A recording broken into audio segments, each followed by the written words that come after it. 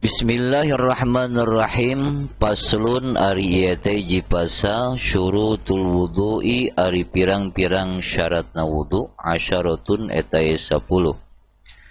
Al islamu tegesna kahijina Islam, wa tamyizu jeung kaduana hideng, wan niqau jeung katiluna bersih anil haidi bersih tina haid, wan nifasi bersih tina nifas. Wa amma jeung kaopatna bersih tina perkara yamna'u anu matak nyegah ieu perkara usulal ma'i kana dugina cai ilal basyarati kana kulit. Wa alla yakuna jeung yen kalimana teu meunang kabuktian alal udwi luhureun anggota wudu naon ma perkara yughayyiru anu matak ngarobah ieu perkara al ma'a kana cai. Wal ilmu jeung ka genepna nyaho bipardiyatihi kana kaparduan wudu. Wa alla ya'taqida jeung katujuna yen teu meunang nekadkeun si jalma fardon kana hiji fardu min burudihi tina pirang-pirang farduna wudu sunnatan ditekadkeun kana sunnah. Wal ma'u tahuru jeung kadalapan caina kudu anu suci. Wa dukhulul waqti jeung kasalapana kudu asup waktu. Wal mualatu jeung kasapuluhna kudu tuluy-tuluy lida imil hadasi pikeun jalma anu langgeng hadas. Paslun ari ieu teh hiji pasal nawaqidul wudu'i ari pirang-pirang anu matak ngabatalkeun kana wudu arba'atu asya'a eta aya 4 pirang-pirang perkara. Al awwalu tegasna ari anu kahijina al khariju eta aya anu kaluar min ahadis sabilaini tina salah sahijina dua palawangan min kubulin buktina tina kubul au duburin atawa dubur rehun tegesna angin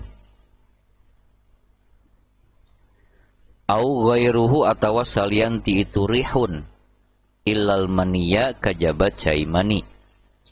Asani ari anu kaduana zawalul aqli eta leungit akal binaumin kusabab sare au ghairihi atawa salian ti itu naum illa nauma qa'idin kajaba sarena jalma anu diuk mumakinin anu netepkeun biritna maq'adahu kana tempat diukna itu si qa'id minal ardi tina bumi.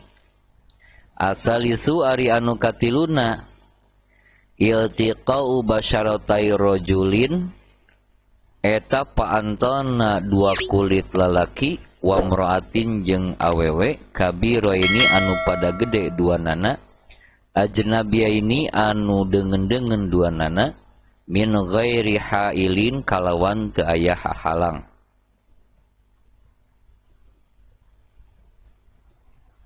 Ar-rabi'u ari anu kaopatna masukubulil adamiyyi eta nyabak kubulna anak Adam au halqati duburihi atawa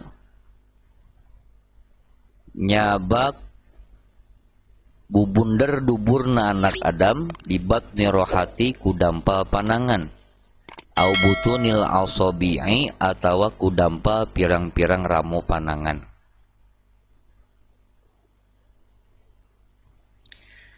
Paslun ari eta hiji pasal man sahajama intaqodo anu narima batal naon wuduhu wuduna itu si jalma haroma taharam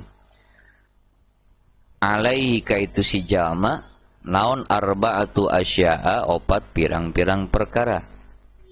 As-shalatu tegasna kahiji haram salat wa tawafu jeung kaduna haram tawaf wa masul mashabi jeung katiluna haram nyabak mashab wa hamluhu jeung haram mawa mashab wa yahrumu jeung haram alal junubi ka jalma anu junub naon sitatu asya'a genep pirang-pirang perkara. As-sholatu tegasna kahiji haram salat, wa tawafu jeung kaduana haram tawaf, wa masul mashafi jeung katiluna haram nyabak mashab, wa hamluhu jeung haram mawa mashab, wal lubsu jeung haram cicing pil masjidi di jero masjid, wa qiraatul qur'ani jeung haram maca Al-Qur'an, wa yahrumu jeung haram bil haidi haram ku sabab haid naon asyaratu asya'a 10 pirang-pirang perkara. As-sholatu tegasna kahiji haram salat, wa tawafu jeung kaduana haram tawaf, wa masul mashafi jeung katiluna haram nyabak mashab, wa hamluhu jeung haram mawa mashab, wa lubsu jeung haram cicing pil masjidi di masjid, wa qiraatul qur'ani jeung haram maca Al-Qur'an, wa saumu jeung haram puasa, wa tolaku jeung haram ditolak,